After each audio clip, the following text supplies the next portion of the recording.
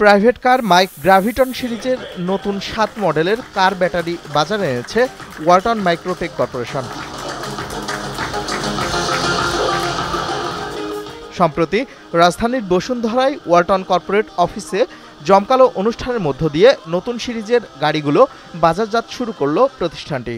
এ সময় উপস্থিত ছিলেন সঙ্গীতশিল্পী তাহসান খান, ওয়ালটন হাইটেক ইন্ডাস্ট্রিজ পিএলসির managing director SM Mahbubul Alam, পরিচালক জাকিয়া সুলতানা এবং ওয়ালটন মাইক্রোটেক কর্পোরেশনের chief executive officer Nishat Tasnim Suchi সহ অনেকে। বক্তারা জানান, জাপানিজ স্ট্যান্ডার্ডে তৈরি সিল্ড মেইনটেন্যান্সে ফ্রি ওয়ালটনের কার ব্যাটারিতে ব্যবহৃত হয়েছে উন্নত মানের প্রযুক্তি, যা উন্নত পারফরম্যান্স নিশ্চিত করার পাশাপাশি গাড়ি ব্যবহারকারীদের দেবে রাস্তায় নিরাপদে চলার বাড়তি সুবিধা।